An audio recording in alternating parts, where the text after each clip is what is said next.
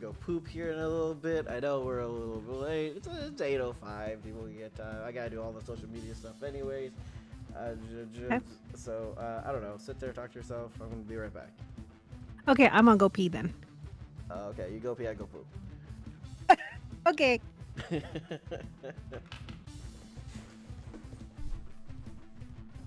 set it back up. Please don't break. What the heck is that?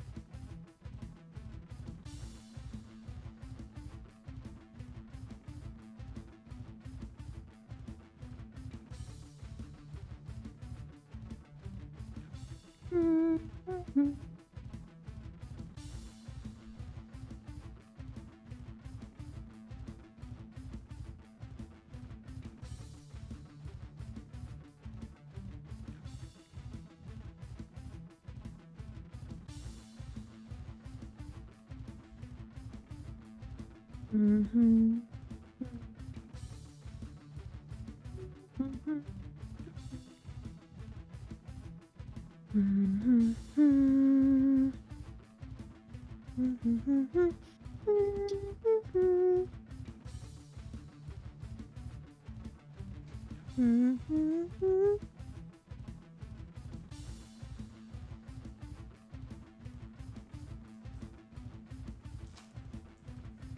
Num, Tom, Max, Geico, Octi. How's everyone doing? I didn't have my headphones in. Yeah, it was just pooping. That is little Mary here. Mary's here. We're gonna share stories. I am here. It's both of our stories. We share stories. We don't share the same story, but we have different stories. Hopefully not the same story. Jeez, that'd be weird if it was. That was your ghost. A shared ghost? That was your ghost. How was my ghost? Or No, I was That- your ghost. Jesus Christ. I can see how tonight's gonna be going today. It's already fucking starting, goddamn. Oh, did you by chance? For any of you who have TikTok and has me on TikTok, do you guys see my stories when I go live? I'm just curious. I'm curious to how many of you actually see my stories when I'm live on TikTok. When I post my story on TikTok about me going live on Twitch. Hi, Luna. You do? You do? Luna and Num does? I see everyone single time. I see everyone single time? maybe every single one? Maybe. I see them after stream is done because I'm ahead here. Yeah. I just want to let everyone know that I did it once and I thought it was fucking hilarious that I was in the bathroom and did a story saying, hey, I'm going live. I don't know why you're looking at toilet paper. I don't mind English. Huh? Anyway, I thought it was pretty funny that I was doing it from the toilet and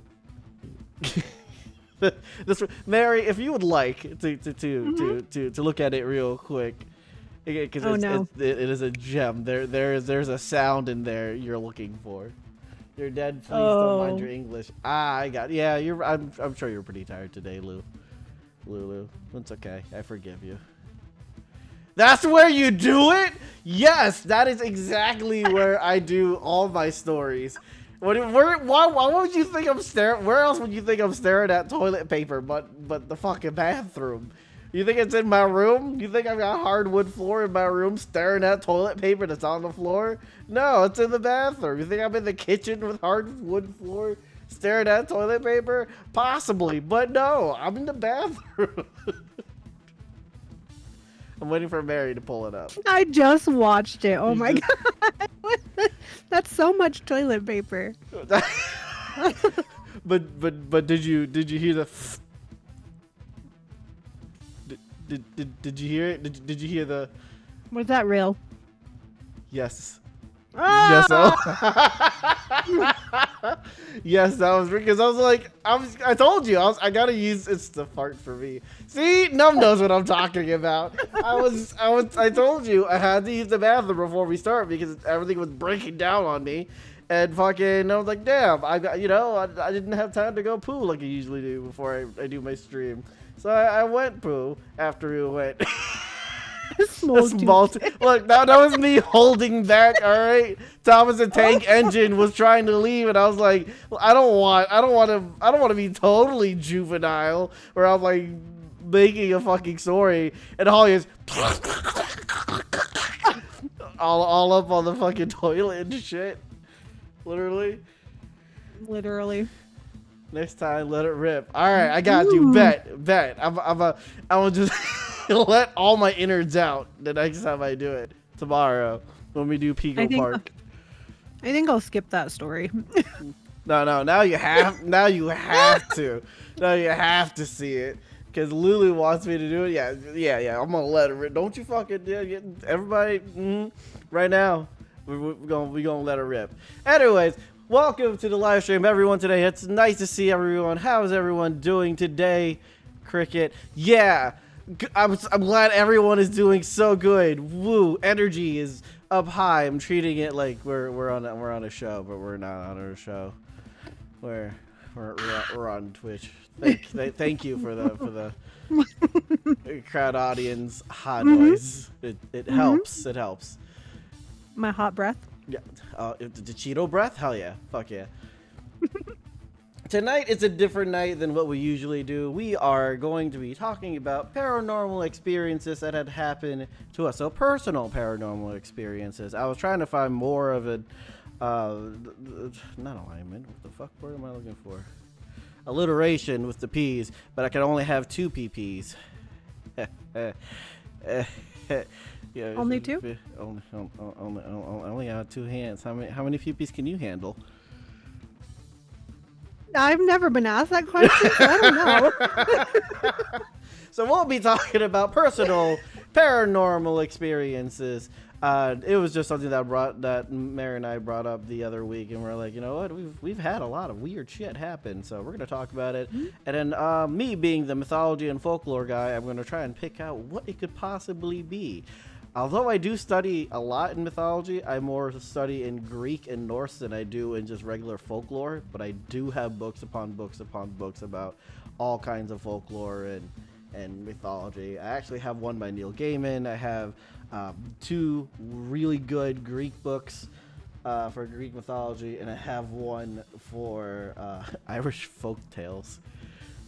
But interesting. Oh yeah, very, very interesting. So we're gonna swap the scene now. Hello everyone, it is me, your eldritch god, the sleepless one, Cthulhu Heart.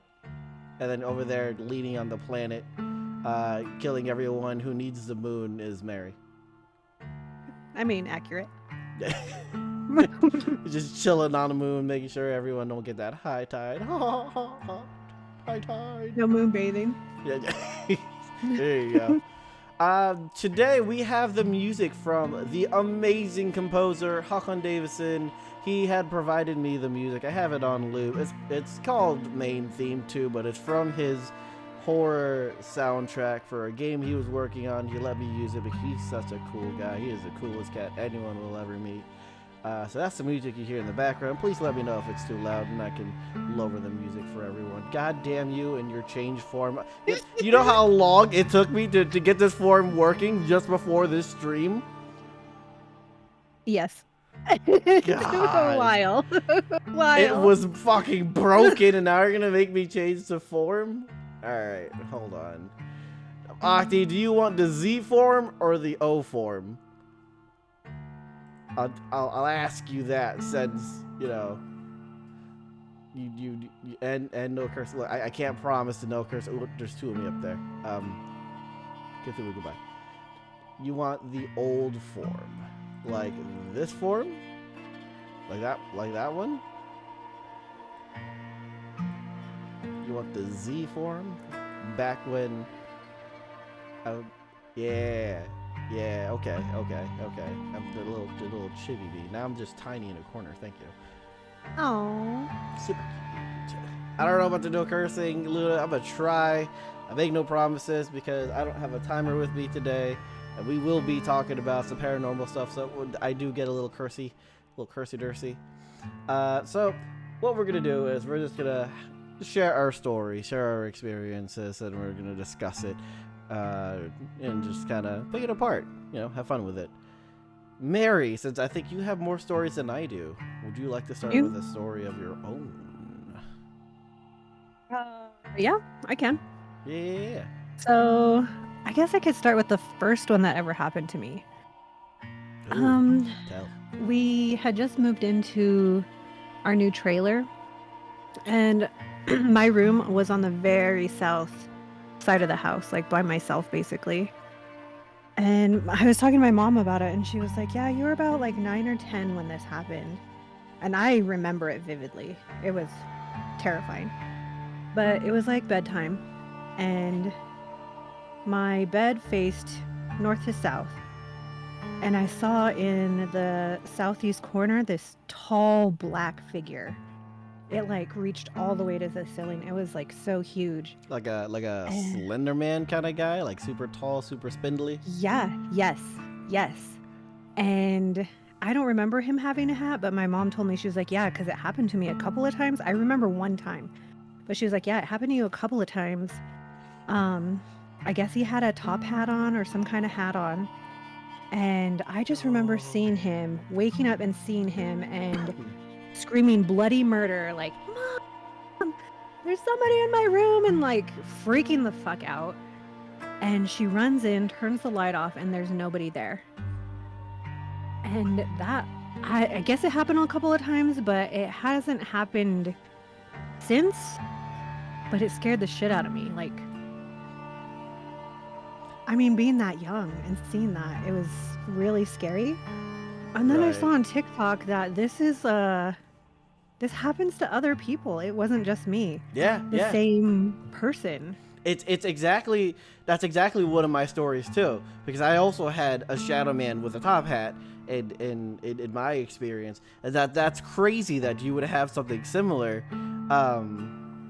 because I believe they're called shadow people, shadow men, shadow women. Shadow people, I guess, is a broad term for these kind of figures. There's no real saying of what they are to my knowledge, but I've read that they are just like, they're spirits that can manifest themselves as shadows darker than the night that's currently there, and they will peer out and they can harass and be a little bit malicious, but I've never heard of one actually hurting another person, but they are super creepy. In my experience, I was also very young. I was living in New York. I was living in the townhouses with my parents and my two sisters. We had a bunk bed that we all shared. So my older sister had the top, younger sister had the bottom, and me being the youngest, I was sharing with the youngest sister because I was, a little baby heart, little baby, little guy. So just so you get, and this townhouse, I believe it has been haunted for God knows how long, because most of my experiences were in my time there. To get to a little bit of a layout of the house, once you walk in through the front door, immediately from the front door are steps that go upstairs to the second floor, where you'll have my room, my parents' room, a bathroom, the office, and my sister's room. I hated staying in my room. I couldn't tell you why. It never felt right.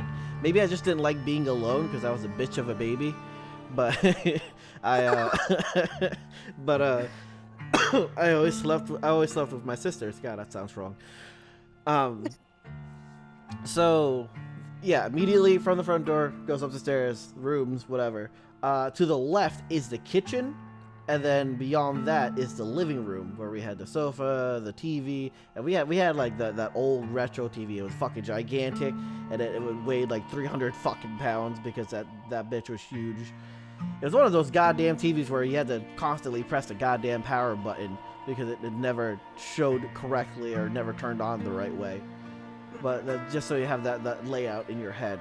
So we're upstairs in my sister's room in the bunk bed. Older sister on top, passed out cold. Sister passed out. I was awake because I was a night owl. I've always been a night owl, and laying there, I remember moving a little bit because it was getting really hot. The body heat from my sister was too much with the blanket, and I see the light come on in the hallway. I mean, that's kind of odd because it was really late at night. Who would be coming up? And I thought it was my parents, my dad, my mom, checking up on their kids when they loved us. or using the bathroom. But when I opened the door, there was no one there. So I was like, okay, that's weird. I am definitely not brave enough to go across the hallway to turn that light off. So I said, fuck it. I went back into the bed. But that was where that's where I made that mistake. Because when I was sleeping in the bed, the creak of that door where the light bled through put a light against the wall where I was facing. And that is where I saw my shadow man. I'm like, there's no possible way a full-figured man, right, with a top hat is standing what looks like to be facing me. He was the angle of the door with the creak of the light and the position of the man. It didn't make sense. It looked like it triangulated. You have the one side of the triangle being the light, and then the other side of the triangle facing me was the man, and I was on the other side of that triangle, making another side towards the door. There's no way that should have happened to make any kind of shadow from the other side. And I remember just staring at it, and I was petrified. I was paralyzed. I didn't want to move. I was just staring at it. I was hoping it would go away. My eyes would not blink. I felt like a lizard, like, you know how they have that film go over their eyes before they blink. I was just staring at this like, yo, who is this guy? I'm a little Asian boy, okay? I ain't never seen nobody in a top hat, okay? Let alone a tall shadow man in a top hat. It was creepy. And then the more I stared at it, the more I got creeped out because it was eerily still. Like, you look at other human beings, you see some nervous tics, or people kind of sway, or they have some sort of movement to them. This guy was just like as if he was just a doll standing there with no gravity, he was just there, just standing there. Was this our neighborhood, Hart? No, it wasn't. This was before I moved. This is back when I was much younger and lived in townhouses versus the mansion you saw me live in. So I stared at this figure for like, I want to say like 20 minutes. It had to be. It felt like 20 minutes. I also have very bad sense of time, so there's that. And the figure started, it was like it was stuck on another side of glass. He started pounding, right? It looked like he was pounding against something, maybe against the wall or whatever. And that's what scared the shit out of me. Like, I was trying to scream, but I couldn't scream. I'm just watching this man just freak the fuck out. He was pounding with one arm, then he was pounding with both arms. It looked like he was in, I don't know if he was in agony or if he was trying to get to me, but I was scared as shit. He was just going crazy, and then the light shut off. I'm like, oh hell no, now this bitch is running around the fucking room. I go underneath the blankets, and then my sister wake up, and she's like, why are you sweating so much? And I'm like, and my sister's name is V. I call her V. And I go, V, there was a man in the corner there. She freaks out. She wakes up the older sister. The older sister yells for my parents. The parents come in. They open up the light, and there's nobody there. They're all looking at me like, what did you see? I said, I saw a man in that corner there when the light was on. And my parents said the lights were never on. We were still awake. I'm like, I swear to you, the lights were on, creeping through the door. There was a man there, and then he started banging on something. And then, like, the more I described it, the more it didn't make sense to me, because if he was banging, people would hear it, but no one heard it.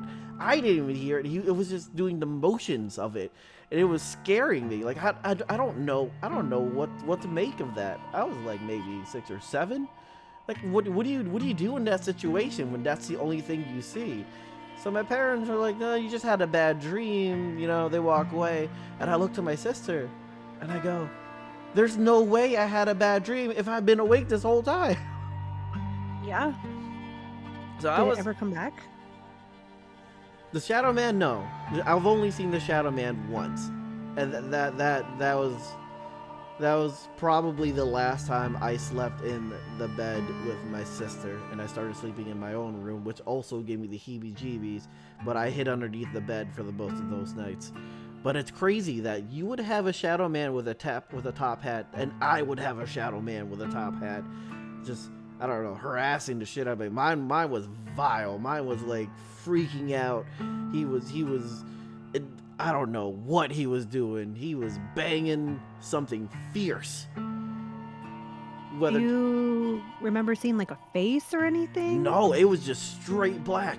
It was just a straight like abyss black figure with a noticeable top hat. And it was he was a skinny dude banging against what probably was glass for him. I don't know. But it felt like he was on the other side of glass, just constantly banging and like frantically trying to break through. It was the creepiest thing. One of the creepiest things. I'm getting chills. I hated that townhouse. That townhouse was something. But yeah, I believe they're called shadow people, and shadow people, if you look it up, you'll see them in any kind of paranormal investigation. They're the things that people are walking with their cameras on, and then they review it and they see the shadow in the background creeping out and then going back in, or walking in the back. Those are the shadow people. It has to be like a race, you think, like a bunch of them. Maybe. I don't even know how to describe what kind of things these creature or yeah. What kind of creatures or paranormal things these are. Because it's not just one person going through it. You've gone through it and you were somewhere else. I was in New York. You were in Colorado. And I'm sure other people had similar experiences too. And it's just crazy to know that there are other people. I've also seen TikToks of people finding shadow people as well. And I've seen crazy ones where like the shadow people would run towards them in the camera, and then they would freak out, fall backwards, look at the video, and they would just disappear as they came into the camera. I'm like, dude, if that guy did that to me, I swear I would have pissed myself and drowned myself in my own piss. Like, I'm not dealing with that. Oh my gosh. That's a no-no. I wonder, like, why do you think they come to kids, or like is it just like anybody? Well, from what I understand, when it comes to the study of like demonology and the study of the paranormal, kids are more susceptible to seeing these things. They're more attuned to the paranormal because they are new to the world. They're pure. They're of open mind. They can see things that adults don't see. And I fully believe that kids are like, you know, like how pets will stare at things that we can't see, and they'll do it for hours. I fully believe that kids can see that's something that we can't see, because once they just start develop their eyesight, you can notice when they're looking at you and then they're looking somewhere else, and it's not just like they're looking somewhere else like, oh, look at the whole new world. You could tell the difference of them looking at a whole new world and looking at you, and then just staring at something in the corner, and not like smiling, not giggling, just staring. So I fully believe that it must be something with the purity, something with having an open mind. It has to be something along those lines for younger people to be able to see these things and experience it. And then the more you dive into it, the more you let it in, the more it happens, and the more attuned you are to it, that it follows you throughout life. And I think I met a few people who are of my age that are still having those kind of things. I mean, without having to look for it, you know, without having to hunt for it. Oh yeah, that's basically me. Yeah, see? I mean, where I live, it has to be haunted here, because I see shit all the time. And I guess I'm so used to it now that it doesn't freak me out as much as it used to. It's just me saying just hi. Because you getting you yeah, is that what it is? So I shouldn't be scared at all? Yeah, I'm just like saying, hey man, how's it going? They're like, oh, gotta go. I don't have enough energy for me to stay here, so see you later. Bye. But no, I can feel when, like, there's a difference. Yeah, between for sure. the dark and the lighter. Like, I can just feel when something's being malicious or like not exactly friendly. Right, because the way that they say it works is that these spirits, they gather up energy, and the energy that they emit is usually in a frequency. It's an electromagnetic kind of energy to where you can pick it up. That's why we use radios and white noise and white boxes to try and decipher what they're trying to say, what they're trying to communicate with them, because they use they use electricity.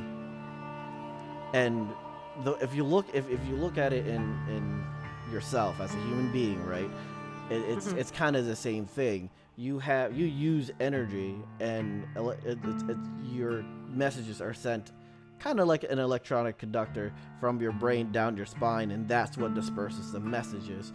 So for these disembodied people, it's the same thing, but because they don't have a physical body to create a conductor, create electricity, they gather it through other means like emotions and dread. And a lot of the ghosts that are malicious, or a lot of the spirits that are malicious, are ones that have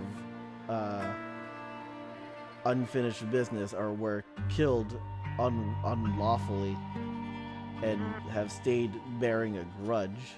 Some of them, and if it's true, in one of the books I read, some of them say that they relive their moments of their death over and over again. That's why they haunt the same place. That's what you'll find them in the same place at the same times, because they relive it every single day. But with that, do you think objects can be haunted, not just places? Oh, absolutely. I got a story for that. There's a pair of what they call themselves, the demon hunters or paranormal hunters. I forget what their names are, but they're what the Conjuring movies are based off of. They have a museum themselves of all the magical items that they've collected that has these kind of stories behind it, that have been possessed, that has been cursed, hexed, like Annabelle. People saw the movie Annabelle, but no one really knew what the real story of Annabelle is. They think it's that creepy doll that they see in the movie, and Annabelle was, this crazy, creepy spirit thing. In reality, the actual true story to Annabelle, it was a Raggedy Ann doll. I don't know if anyone remembers a Raggedy Ann doll. I had one. Did you really?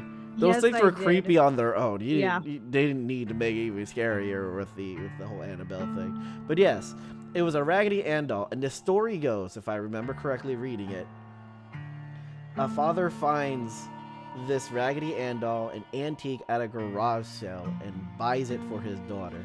Daughter has it and brings it to her to college, so it's her and her friend.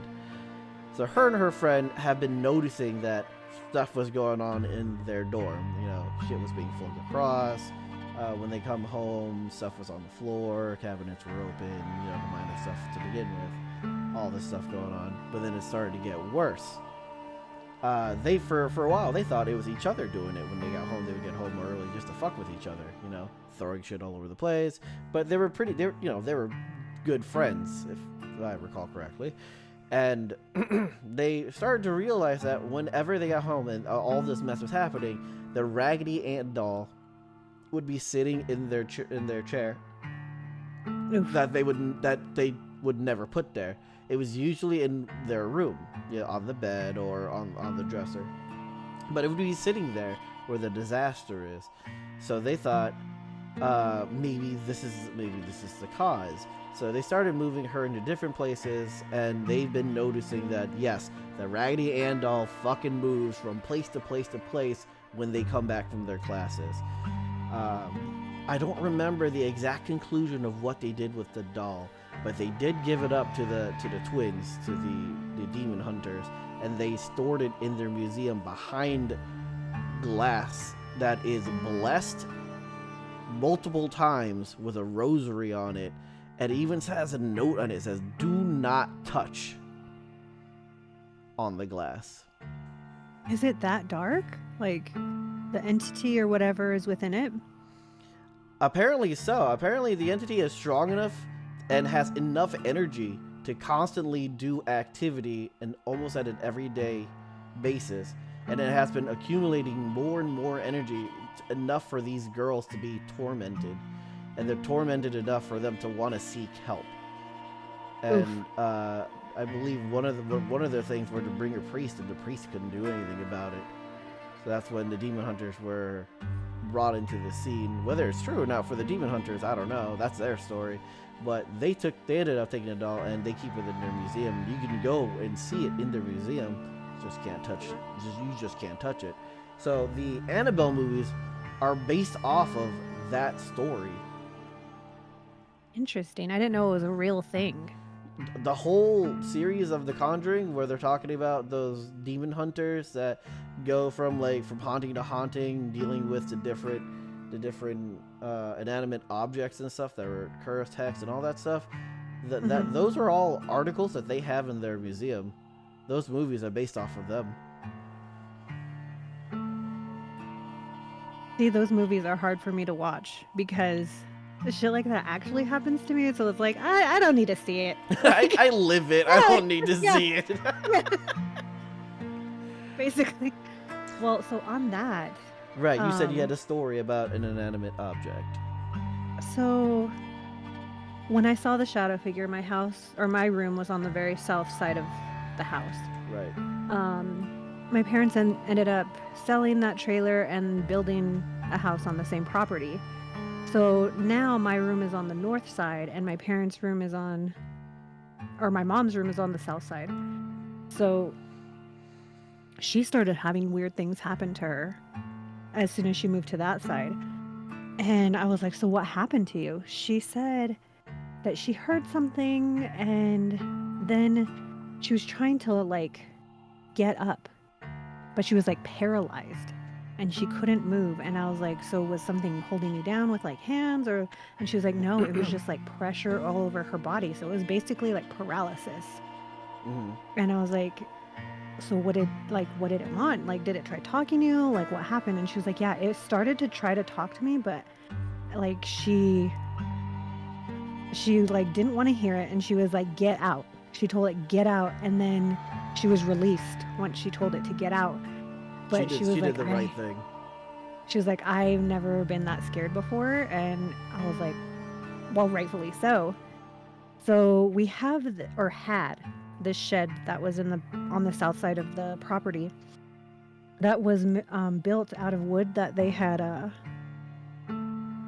scavenged, I guess, because there's these old buildings on our property that are in the back of it, and they took that wood and they built a shed out of it.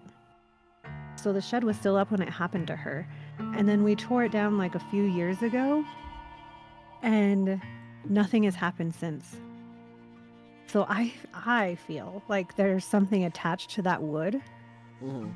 Because I don't know who used to live here, but that wood was built in the early 1900s, my mom said. No that kidding. House. Yeah, that they took, because we were poor growing up, and so they're like, free wood, we're gonna build a shed, we need a shed. Right. But once we tore it down, nothing has really happened since. See, that has been dark like that. See, that's scary now though, because what I'm gonna tell you is probably gonna scare you.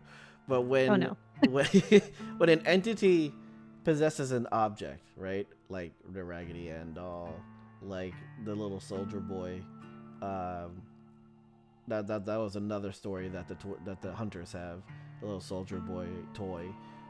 When they're attached to objects like that, you have to get rid of it in a specific way, because when you just destroy the vessel, then the spirit gets free and it wanders elsewhere. It looks for something else. So we didn't destroy it, we just disassembled it. Mm-hmm. And then I'm pretty sure they had a medicine man come over, so he took care of a lot of stuff. Okay. I don't know what a medicine man is, but in native culture they're like shamans.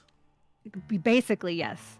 and they Ah, like bless everything. They get rid of negativity, like right. whatever's like witching you, like people can put curses on you and stuff. They like get rid of it. It's just like medicine for your soul, basically. Gotcha. Yeah, it's interesting that like in your culture how you guys deal with it versus how people would deal with it in like Christianity, getting a priest to bless things and saying the Hail Mary and the Our Father to try and get rid of whatever demon. But just like people, I think these spirits and these creatures are also of different cultures. Like there's the yokai from Japanese lore. There are the creatures from Chinese mythology. There are the I forgot the name for it, but the creatures from Filipino lore. Like these are all different spirits, but they belong to different cultures and have to be dealt with in different ways. Well, the people that used to live here were Native Americans, so it makes sense that the William Knife Man. medicine man was able to, like, I guess, expel or whatever Right. it was that was here. Help them move on. That's Yeah. that's the way I want to think about it whenever they deal with spirits. Like I know the spirits can be malicious or can be annoying, can be scary, but ultimately if someone banishes them, exiles them, I hope they move on to something better and not like a total oblivion, because Yeah. you just never know. Um, so not all paranormal experiences are scary. Some of them are kind of sweet. Yeah. Do you believe in like a sweet paranormal experience? I had one happen recently, actually. Um, this was actually a couple of nights ago. So, Did you find well, me in the let me back closet? up. Near my closet now, my mom saw it actually. Oh, really? She has these things that visit her. They're like orbs. Mm-hmm. That's what she calls them. They look like orbs. And she was sleeping one night and she like just kind of woke up in the middle of the night, and then she said she saw these orbs floating around, and they were just like little balls of light, and there was this telescope in her room, and they were just like looking at it, like investigating the telescope, I guess. That's cute. And then she said they like floated around her room, and she tried to stay really still and like Not make it disturb seem them. like she was, yeah, and make it seem like she was asleep so that she didn't scare them off. And she's like, yeah, and they were looking at you and your brother's pictures on the walls and just like looking around, and then they left. And I guess it happened again. She was like, this. So the first time there were 3 of them. And the second time it happened, she was like, there was like 4 or 5 the second time. They brought their So, family. well, I think it's her relatives like Oh, coming to really? visit her. But she's like, yeah, the second time they were floating around, they were looking at my books and the pictures and everything again. And she was like, but one of them caught me watching them. And she tried to close her eyes and pretend like she was sleeping, but it came right up to her face. And she was like, and then I don't remember. And I just woke up the next day. So it Dang. must have like put her to sleep or something. Mm. So this was like a few years ago. And then Mm. recently, Cashew was freaking out.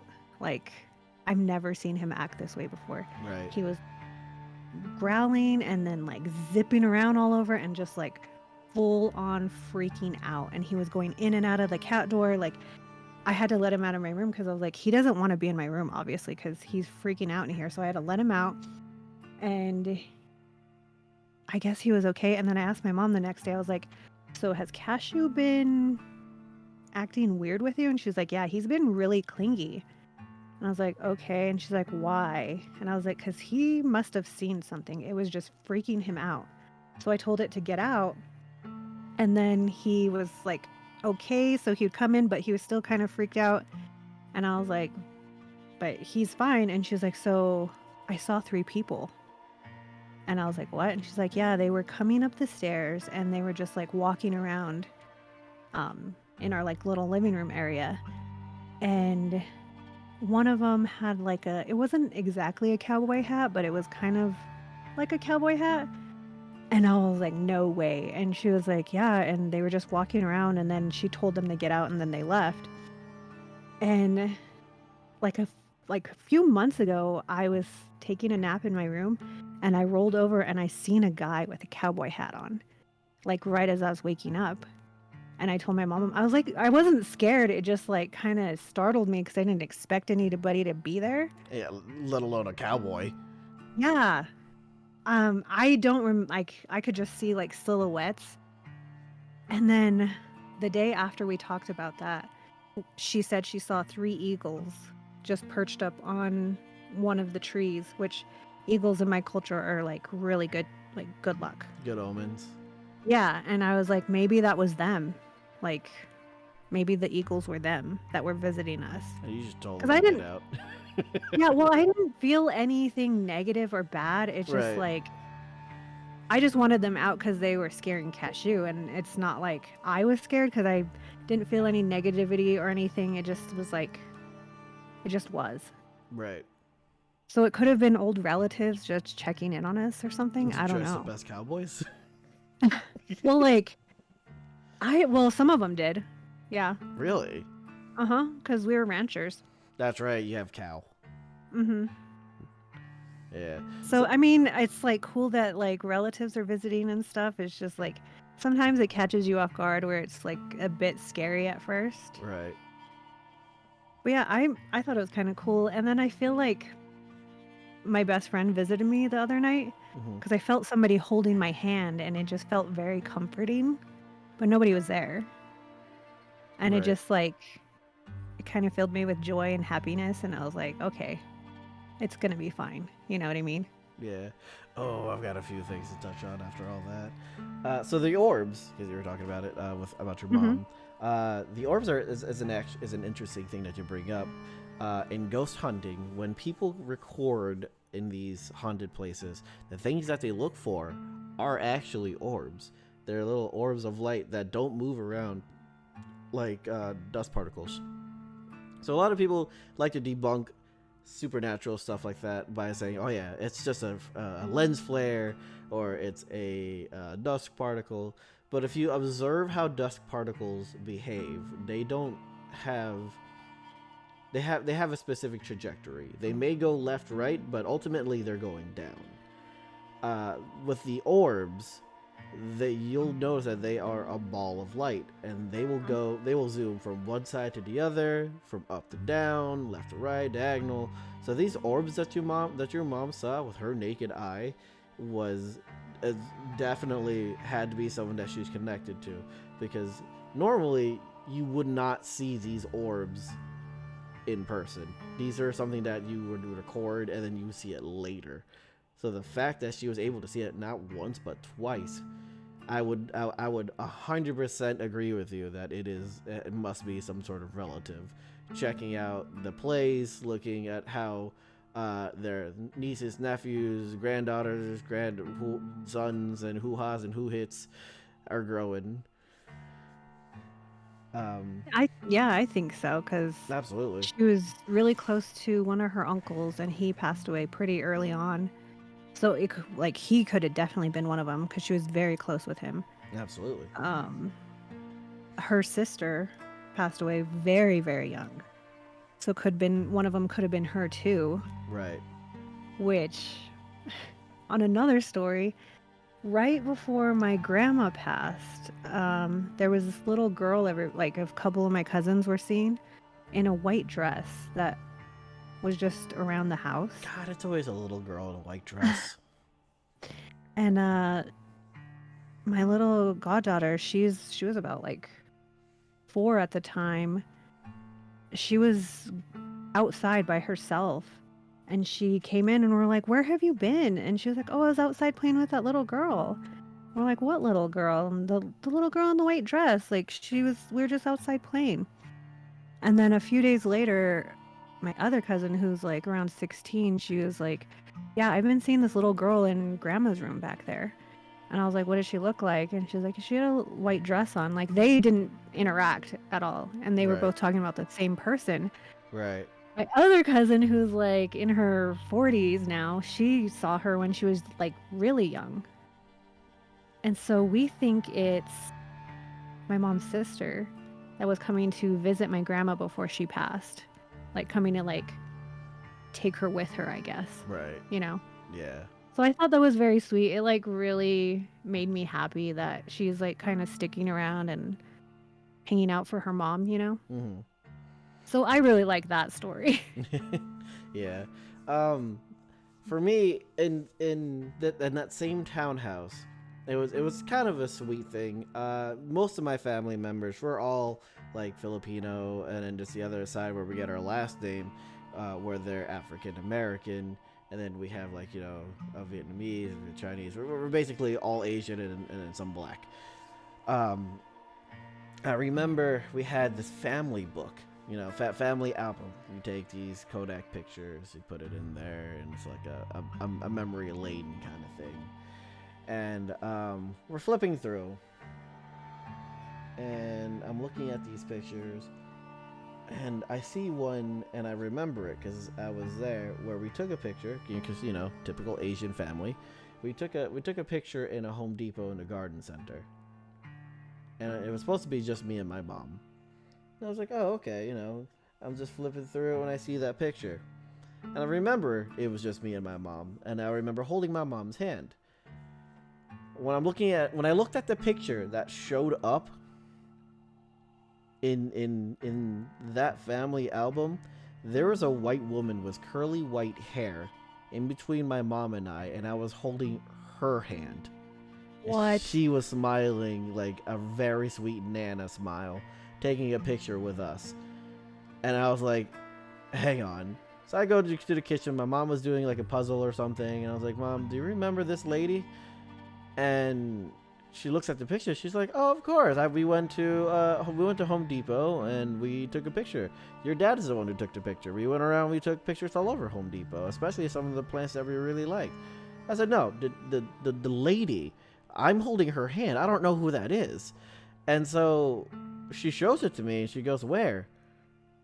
And then there's no lady there. I'm not even holding my mom's hand anymore in the picture. It's just me standing next to my mom. And I'm like, what? There's no, I swear, there was a lady there, white curl. Like, I can still vividly remember her in my head right now. She was taller than my mom. She was taller than me. She was an older lady. I want to say she was maybe 60 or 70. She had pale white skin, and she had curly white hair. She had curly white hair. It was white hair. I can't recall what she was wearing, but she had curly white hair. And then she was standing in between us. I was holding her hand, and she was happy as can be. And I was like, it was in that picture. And my mom was like, no, I don't think so. So I go back into the room and I put it back, and I'm just sitting there thinking, like, what did I just see? I mean, it was sweet. It was like she looked happy. I don't know what would have happened in Home Depot that she would be there and that she would hold hands with a random Chinese kid. But she was smiling and she was happy, and I'm happy to see she was happy. But it was just creepy, and in the sense that there was someone there that was in the picture smiling and then gone. And I told that story to one of my friends before, and he said maybe it's your granny. I said, do you see what I look like? Do you think I got a pale ass white granny? I'm like, my granny is as black as can be. Like, oh my God. My granny would hug you and feed you coleslaw and corn muffin. Okay, she is that black. She got KFC in the kitchen and in the refrigerator, just in case. That's the kind of granny I had. She was the opposite of the lady that I was in that picture. I wonder who she could have been. I have no idea, but you know what? If she was smiling, holding her, it's not even like a creepy smile, It was a very wholesome smile. Like, grandmother sees her family and is filled with love kind of smile. And it made me feel good to know that, I guess I was holding some dead lady's hand, but she was happy, She wasn't malicious or anything like that. So there was that I had for story of. Same fucking townhouse, man. I swear to God. And my mom, this is a story that my mom had that she told me, but she doesn't remember it now. Obviously, I don't speak to my parents. I am disowned, but no one needs to know that. She told me a story that when it was my parents worked really late. My mom is a nurse. My dad's a chief dispatcher of a hospital. He drives patients to different hospitals, so he's working late. And then my mom is there at the house by herself because I was visiting my uncle along with my sisters. And she said that she swears she was in the kitchen. And you remember what I told you? As soon as you open that front door, the first thing you see is the steps going right up the stairs, or you go straight into the kitchen that leads into the living room. So she was in the kitchen. She was having her dinner, a really late dinner. She just got off work, really late, really tired.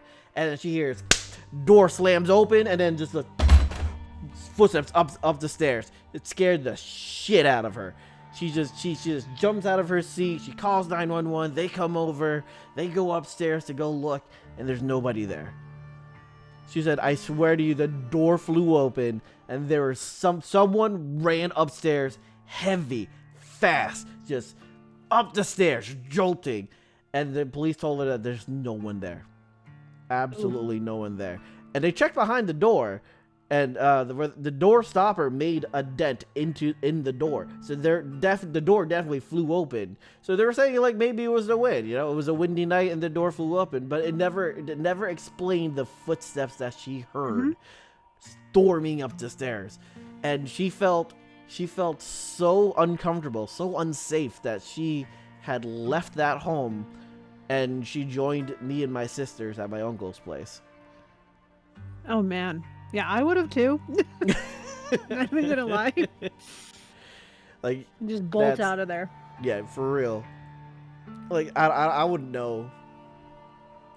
I wouldn't know what to do myself. So you said that you felt you may have felt your friend. Am I allowed to say her name? Yeah, that's fine. Okay, so you felt Sammy hold your hand, and it filled you with such a nice feeling. It made you happy, especially the trials that you face. I think it was this week or last week. I don't know. My sense of time is really bad. It's one of the weeks. It's either this week or last week. But last week. Last week. Thank you. We faced a trial, and you were. I know she wants to see you happy, and I'm glad that she came and she helped you get over that hurdle. That is a great thing. That is a great feeling. And if it is her who held your hand throughout the whole thing, she is as good as a friend as you told me she was. Yeah. So like after that happened, I was leaving and I was driving, and I was just feeling like really sad. Right.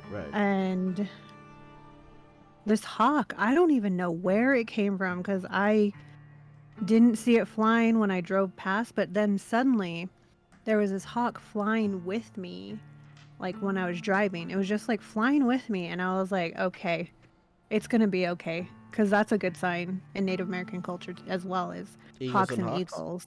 So I was like, okay, that's probably her sending me a sign, like it's gonna be okay, because I've never had that happen to me before either, like one flying close next to my car. So out of curiosity, because it seems to be for your culture lots of birds. Yes. What if it's one of my birds? A raven or a crow? Yeah. There's nothing really with that. Owls. Owls Those are bad omens? bad. Really? They are bringers of death and bad luck. Yeah. No kidding. Yeah. See, owls for me have always been known to be wise and hunters. So that's it's total opposites when it comes to your culture.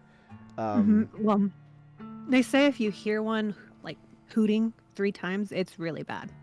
So like a when my mom does hear one outside, she'll like fire warning shots off outside to like scare it away. Right.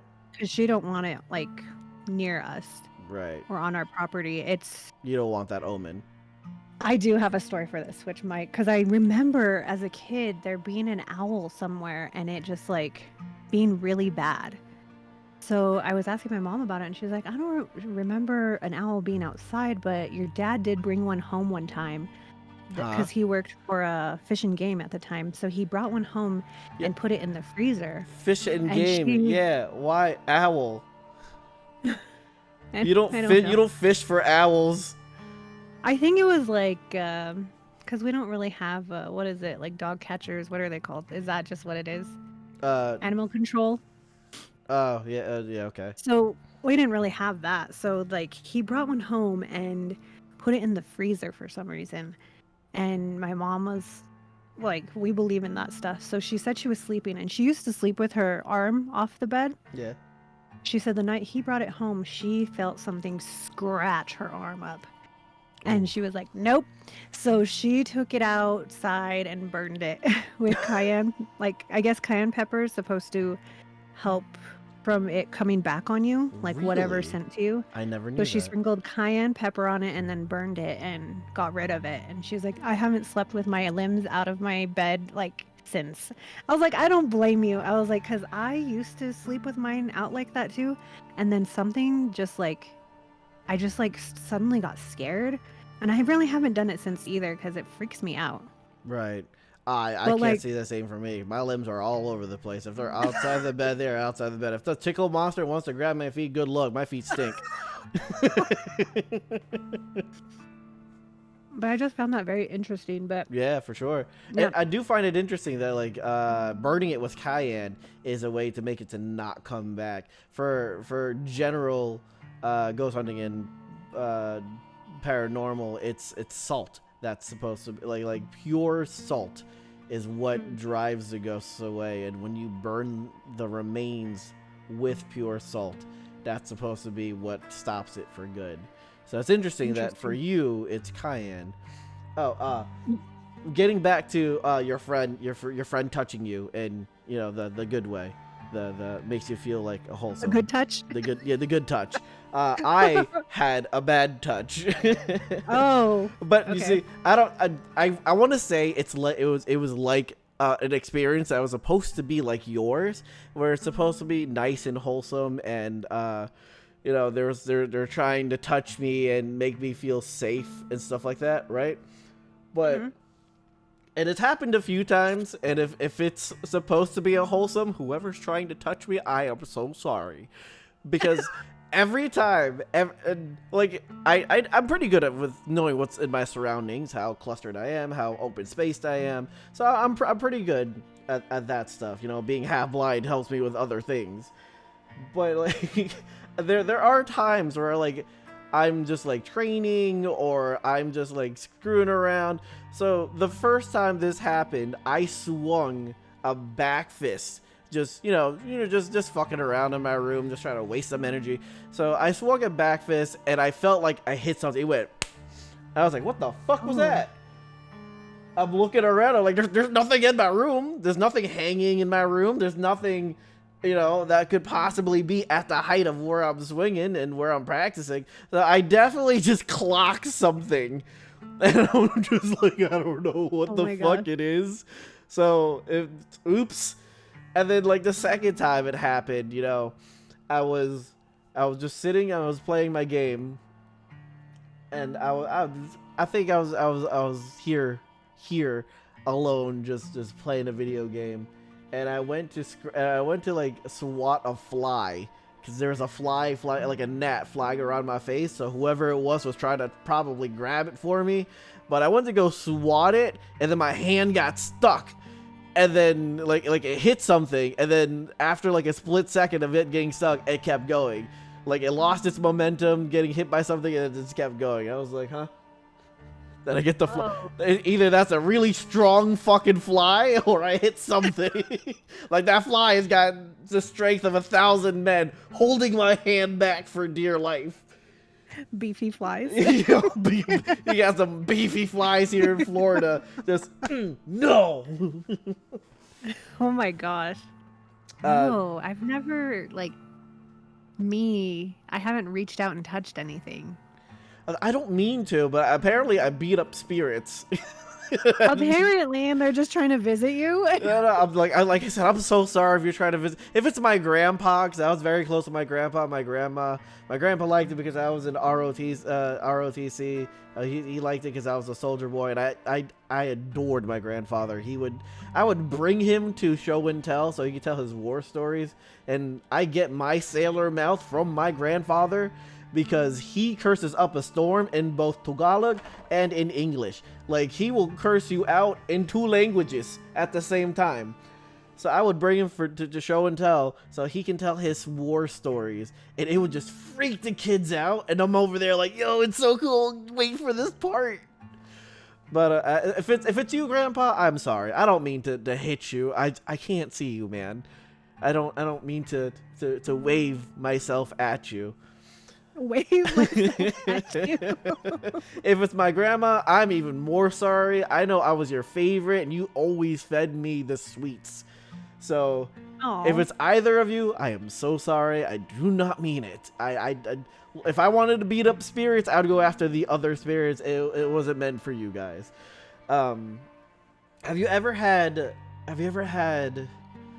an experience with a mimic?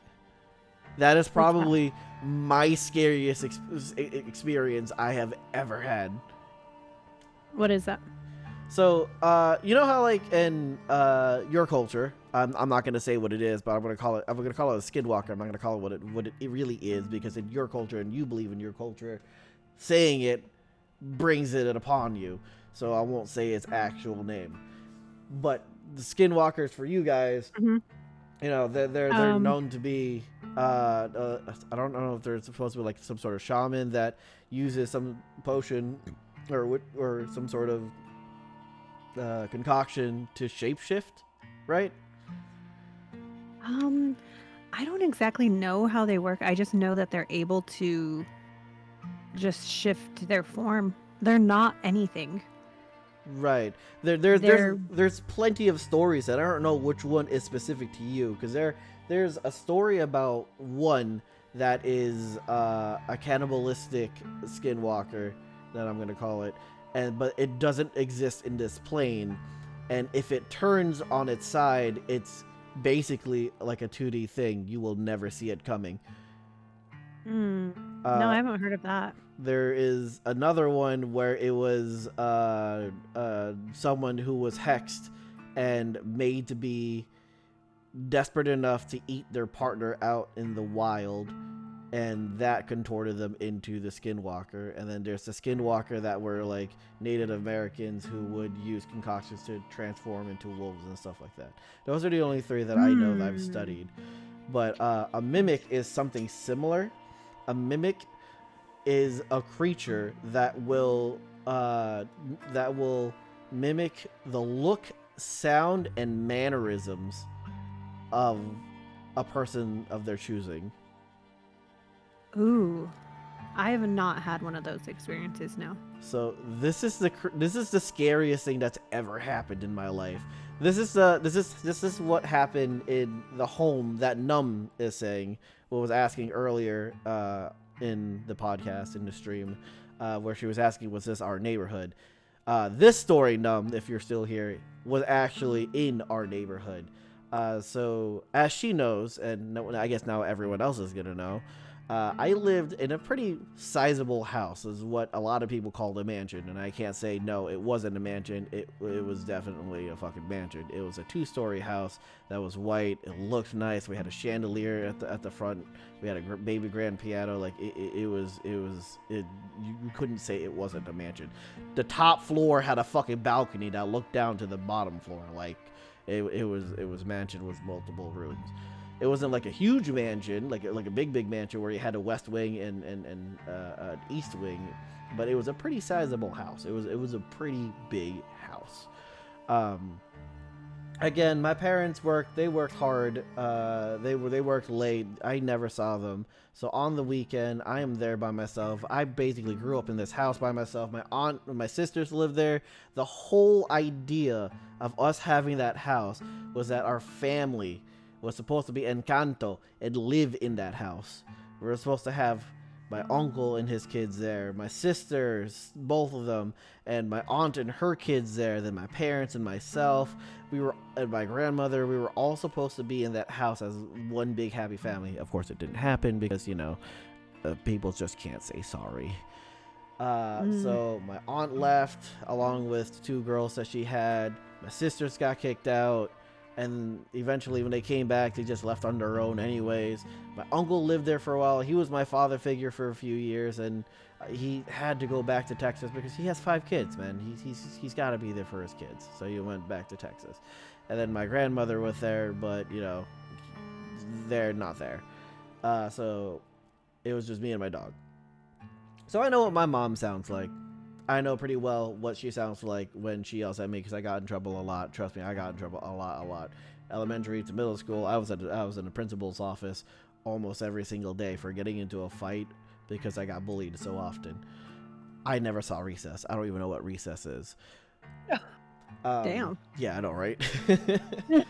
But I was alone. I was playing a game. My feet were up, I remember. And I was just I was just chilling that day. It was a chill day. Bed next to me, a small TV, playing a video game. I was probably as happy as you could fucking be.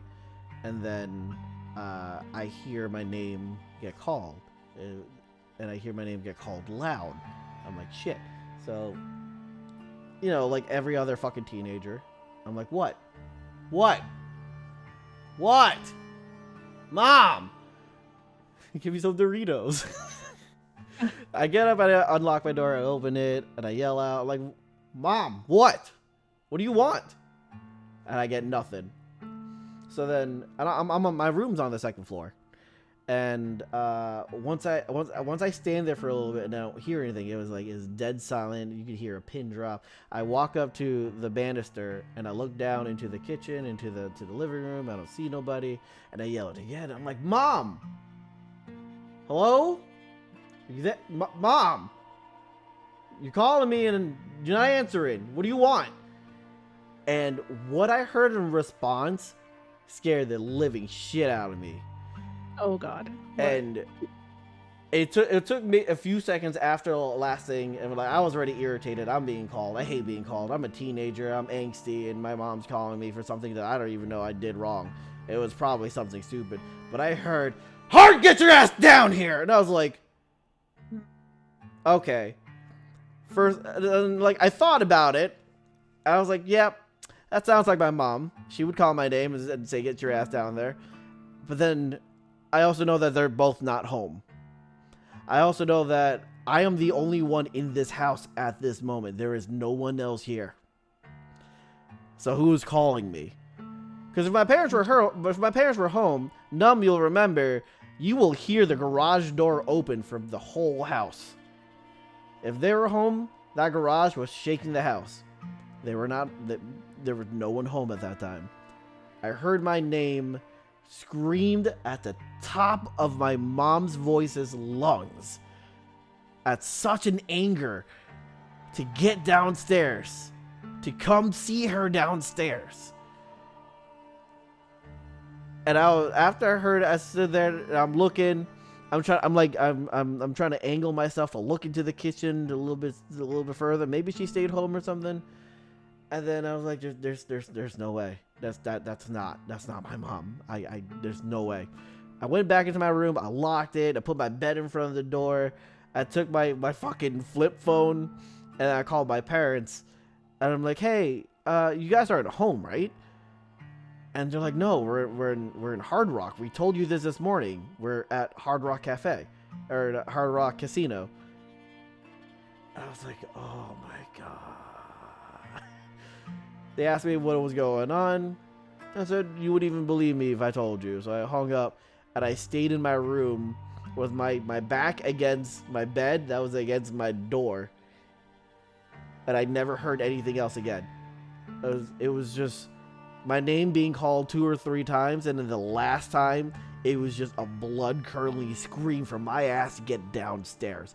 And I don't even want to know what would fucking happen if I had gone downstairs and listened. Oof. It freaks Hell me out no to the no. right? Freaks me out to this day that like Oh, I could not believe that's what that was. I was so it shook me. I'm on the second floor. I was like, if I'm gonna jump out this window, I'm gonna jump out this window. I've done it before. It hurts. I'm gonna do it though. That thing is screaming for me like that.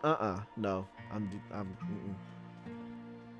can you still hear it in your head? How it screamed by name? Absolutely. Yeah. Oof. That is scary.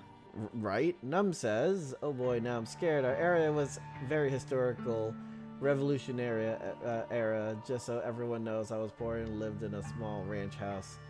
I had a scary whistling experience at your first house. I think I've seen your first house. Interesting. Yeah, Num and I did not live in the same house. We lived in the same neighborhood. My neighborhood was a fairly newly developed neighborhood when I moved in there, and Num lived up the mountain from me. So I had no idea why I had that kind of experience, but that was the only experience that I had that. Oh my god! Oh my god! I just remembered. Just remember. So we're coming full circle. So remember we were talking about the Shadow Man. Yeah. Yes. The Shadow Man with the top hat, right? Okay. So I just fucking remembered, and it's talking about all this stuff is bringing back all these fucking fantastic memories. After the townhouse, we have moved into Spring Valley, New York, and at that point in time, it was primarily Haitian people, African Americans, Latinos. I was the only Asian kid. You know, everyone was already fucking 6'3" in second grade, and I was barely a fetus. But I remember when I finally got to have a room by myself in the side of the house, and underneath me was where my aunt lives with her two kids. And then when you leave my room, immediately to the left is my parents' room. So in one night, while I'm in bed, I'm laying there, and there's moonlight shining through my windows. And my door was closed, and I still close my door. Like, even though it scared the shit out of me, I still close my door because I'm paranoid. I'm more scared of actual people than I am of the paranormal, because actual people can do you more harm in almost every sense of the way. But I was laying in bed, it was up late at night, and in the corner, I saw the Shadow Man again. But it wasn't a top hat this time.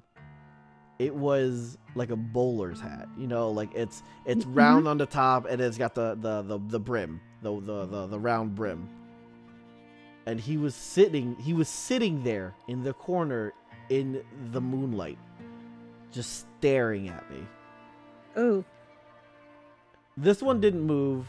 I didn't move. I was just looking into that corner, and my mind was running crazy. Like, for some reason, my mind was like, that's definitely fucking Freddy Krueger. He's coming for me. I'm waiting for the girls in white to start singing 1, 2, Freddy's coming for you. Oh god. But he was just sitting there with his legs crossed. I could see well enough this man in the alternating blinds moonlight, that he was sitting with his legs crossed, watching me. Just fucking watching me. What? And I did not remember that until we started talking about it a little bit more, and then my mind's like, you also still lived in Spring Valley, which you had some cases there. And then it brought me back to, hey, have you had any other instances with the Shadow Men? And I said no. I fucking lied, because there was that man fucking sitting with his legs crossed, watching me. So what happened? Like, did he just disappear, or did you like leave? What happened? I stayed awake until the sun came up and he disappeared with the sun. Like, so you guys sat there staring at each other? We sat there having a staring contest, and I don't know what could have casted that shadow if it was a shadow. Because the way my room was made, or the way it was put together, you would walk into my room. The door is as far right next to the wall as you could possibly be. So immediately when you open the door, it's an open space room. You have all the space as you possibly have to your left. To your left is my drawer. It's a long drawer. It has all my nifty stuff and stuff. Right next to my drawer is a tub of my toys, and then across from that is my bed, and then a taller drawer with my TV on top with my GameCube. And then at the final wall at the back end of my room is my windows, which I had the old school metal curtains. You know, the ones with the flaps that let a little bit of light through. Yeah. So there is nothing in my room that would have casted a light that would make it look like there's a man with a bowler's hat sitting with his legs crossed in the corner of my room by the door. So even if I wanted to get up and run, I would have to run towards him, towards the door, swing the door open, and hope to God that he's tangible for me to hit him with it and run through and down the hallway. No, I don't want to. No. Negative. That's a negative. Oh my gosh. Num says, my husband was at work and my pup and I were just chilling, and all of a sudden we heard whistling at the front of my house. My pup ran to the front door. I got up and went to the front door thinking my husband got home, and there was no one there. Then the whistling moved to the back of my house and my dog ran to the back door, and I literally shit a brick. If my dog didn't react, I would have thought I was hallucinating. See, when it comes to that, and I think it's also prominent in your culture too, Mary. When it comes to whistling, tapping, coming at your door, your window, you are never to answer it. Whistling at night, especially in my culture, is very bad. It's like summoning things to so that they can hear you. They can hear you at night, and so whistling at night, it brings them to you. Yes. It's part of your culture, but I was told that when I was a kid too. Because when I learned how to whistle, I would whistle at night, and then my aunt would slap me and be like, "Stop it," because you're inviting things that you don't want here. So stop whistling. And my aunt is a Filipino girl. She had nothing to do with your culture, but she was telling me that if I do not stop whistling, a mumu is what we call a monster in Tagalog. A mumu was gonna come and get me. The kukuis. That's what we call it here too. The kukuis? Uh-huh. No, it's just fantastic. I'm glad I moved. Yeah, no. If you're hearing whistling, if you're hearing tapping against the window, knocking at your door, ignore it. No, you didn't. Especially when you know hear it. Exactly. Especially when it's at the dead of night, no one is awake. You didn't hear a thing. Because as soon as you open that door, open that window, open whatever the fuck it is, you let that motherfucker in, and that motherfucker is gonna be the most malicious thing in your house. Probably. It'll rock you like a hurricane, scorpion style. The scariest thing that has happened to me recently, this was probably like 2 or 3 years ago. When you found me in the shower. Well, I don't know. But I had just moved back into my parents' house. And I was just laying in bed. Like 2-3 years ago, maybe. Oh, shit. Right before COVID. Oh, what a time to move back. Yeah. And I was just sitting here. I wasn't even watching TV or anything. So I was sitting here listening to music, and I don't know what the fuck I was doing. But I was just laying in bed, and then I heard, because I have a door to the deck, like in my room. So I leave that open during the summer because it's hot as fuck in my room. And understandable. I left it open with the window, and the screen was there. So it was just open. And I heard, And I like I like just froze, and I was like, "What the fuck?" Wait, what'd you hear? And I heard somebody say, "Hey," but it was like a whisper. It was like, "Hey." Oh yeah, no, fuck that. And I just like froze there. And so I was like kind of dating this one guy, and I was like, maybe he's like doing Being a Romeo creepy. and Juliet thing, like. And I was like, "Are you here?" Like, he's not being romantic if he's being like that. Well, I texted him. I was like, "Are you like outside my house? Like, what is going?" Because it kind of sounded like him. And he was like, "No, I'm at home." And I was like, "Okay." And that's all I said. And I didn't answer. I just pretended like it didn't happen. And the next day, I told my brother about it, and I was like, "Yeah, were you like outside? Like, what was it like?" Because his room is right next to mine. And I was like, "Were you doing anything? And like, were you calling me?" And he's like, "No." And I was like, "I heard some guy say, 'Hey.'" And he was like, "Huh." And so a couple of days later, he hears the same thing. No But it fucking came from way. inside. It came from inside the house. What? Yeah, it came from inside the house. And so we were discussing it. I was like, "What did it sound like?" And he was like, "It just sounded like a normal guy." Like, I was like, "It wasn't low bassy or anything." He's like, "No." So we heard the same thing, just different nights, but we heard it from different directions. And we like saged the house and everything. And that was the most recent thing that happened to me. That was really like, I thought about it for months after it happened. That's crazy. If I heard that shit, I would be like, "Hey, sister, soul sister," just start singing random shit. I just pretended like nothing happened, and just like, "No, you hear something? No, you didn't. No, you didn't." It's what. Because like the first thing that comes to my mind are gonna be lyrics. So if I heard someone go, "Hey," I'm just gonna start singing for something randomly and just keep ignoring it. Be like, "Hey." Oh my god, yeah, but that was the freakiest thing recently. Oh yeah, that does sound freaky. So we're gonna end it with one story each, one last story and one last discussion. I haven't really had any other experiences lately, but as it's more of a feeling. I don't know if it's considered paranormal or whatever, but so people who know me extensively have known that I have lost one of my loves earlier on in my life, in my young 20s, and it was someone that I was very deeply in love with, and had changed me from the egomaniac monster rage machine to whatever the fuck I am right now, except less depressed, I guess.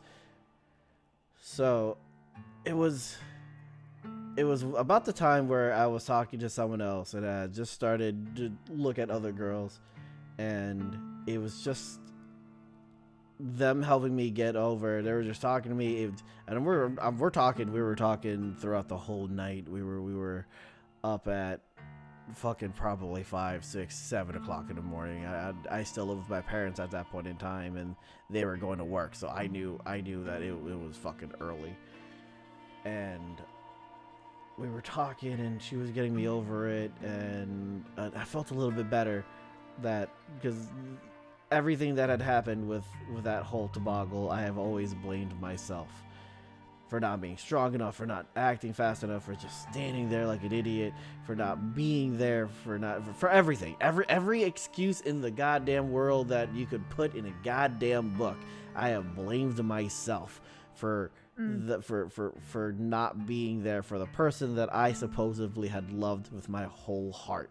The person that had passed away and took a very big chunk of me with her.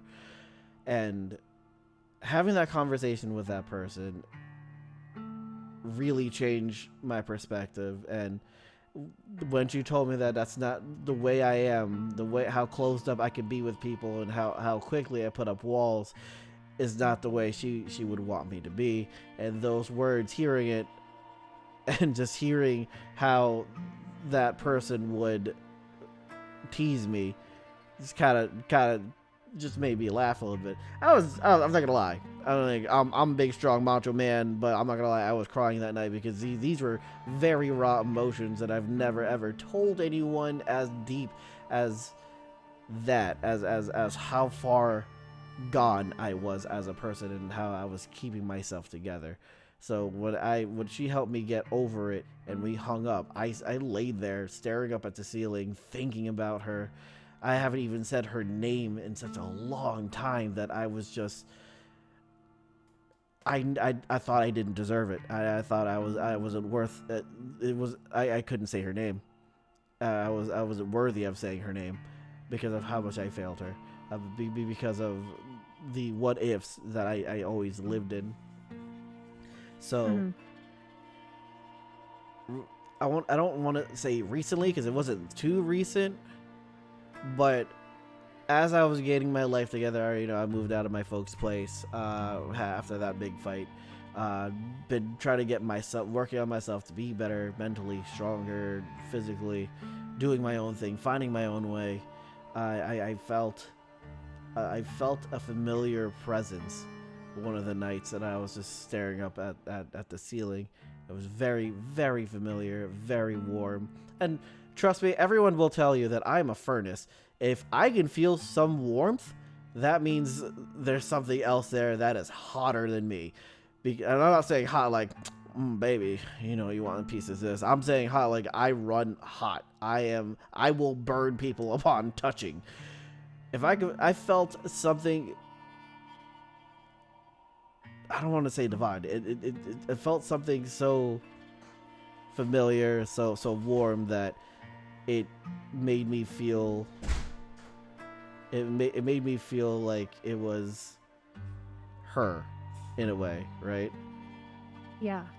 And just thinking about it, I just had like a flood of memories of everything, of all the conversations we used to have, of all the trips we would take, of all the fights and the stupid little things she would call me, and how she would make her pouty faces anytime we got into an argument. She would, do that stupid cutesy thing, and I would fall for it every fucking time. Every time. Didn't matter. No, I could not stay mad at her. And even when I was at my worst, when I was at my angriest, she was one of the only people who have ever stopped me from being destructive, from destroying everything that I had around me, from fighting everyone that was around me. She was the only person she was the first person who was able to do that. And all I felt was, you're gonna be okay, and I'm glad you moved on. That was the only thing that came to mind when I thought about that feeling, and then it went away.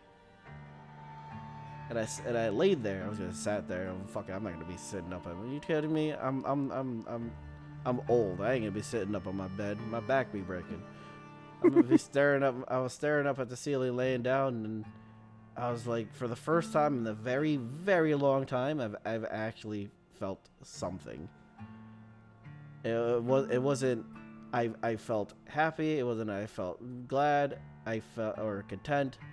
I felt like I met an old friend.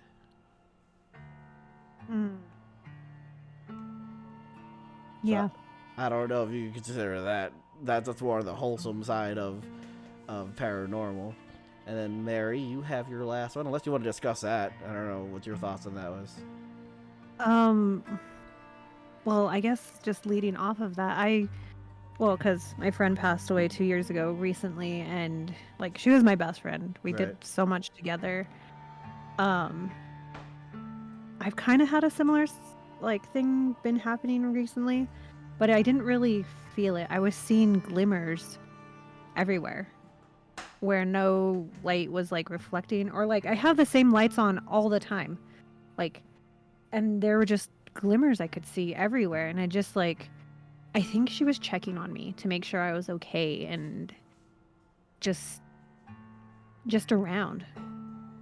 So it brought me happiness in this sorrowful time where I just was just so sad, but it's she's fine, she's okay. She's checking on me, and then I had to kind of just say, I'll be okay. You can like move on or travel or do whatever you want, like I know you'll be back. So it's like it brought me comfort in the sense that she'll be around. She's not gone forever. Right. As Dream Theater would say, death is only a transition. And yeah, I think it's Neil deGrasse Tyson who says that when it comes to death, when it comes to that transition, it's not that we feel sad or we're mourning because they died. We're sad and we're mourning because we're selfish, because we wish we had more time with them, because we wish we did more with them. And I believe that's true because of anyone that I've ever lost, especially for that person, for my first love. I wish I had spent more time with her. I wish I wasn't as angry as I was so we could have more happy memories. I wish I had an answer for her when she asked me about having children. And I mean, I know it's almost a decade later, but I have an answer for her now. But I mean, it's much too late, and I'm sure it would have made her happy. Or she'd be pissed off at me. It's one of the two. Pissed off in a cute way. Oh, giving you the pouty face still. That's every time. She's the only person who ever made me dress up as a sheep, and I am never doing it again. And there's no evidence? Absolutely not. There was one picture around for years, and I'm like, look, this has to go. This can never be seen by anyone ever again. Never. Aw, too bad. Not doing it. not doing it. I have an eldritch god of misfortune and chaos, not a sheep. No sheep here. No sheep here. Well, anyways, thank you everyone for sticking around and listening to our stories. I hope that the combination of our horrifying experiences and some wholesome experiences has, I don't know, made you feel like there might be something after death. Maybe you've had your own experiences and it gave you a little bit of a light to understand what was going on. Don't you fucking put the lick emotes dumb. Now it's weird. But I hope everyone enjoyed the stories. It was, like I said, this is something different. We don't normally just do just chatting streams, but I had a lot of fun talking about these kind of things. It's not all the time I get to talk to a wider audience on paranormal activities and my experiences with it, and then share it with someone who had similar experiences. Like, it's crazy that Mary and I had seen the Shadow Man. It's crazy that we've had situations where she can feel her best friend reach out to her. Thank you for the quack. Her best friend reach out to her and touch her, make her feel wholesome. And my first fiance coming back to me to tell me that I'm going to be okay. Thank you for the Carl Weezer. God damn, guys. And unfortunately, if it is my grandparents that I'm smacking around, I am so sorry. I've never been one to beat up ghosts, but I am so sorry. We'll be back tomorrow with some Pico Party for Friday. Pico Party with Mary, who's joining us. Allie, who's Allie Panda VT from her own channel on Twitch. And probably Lion if he actually gets there on time. So everyone have a good night. We'll see you later. Goodbye.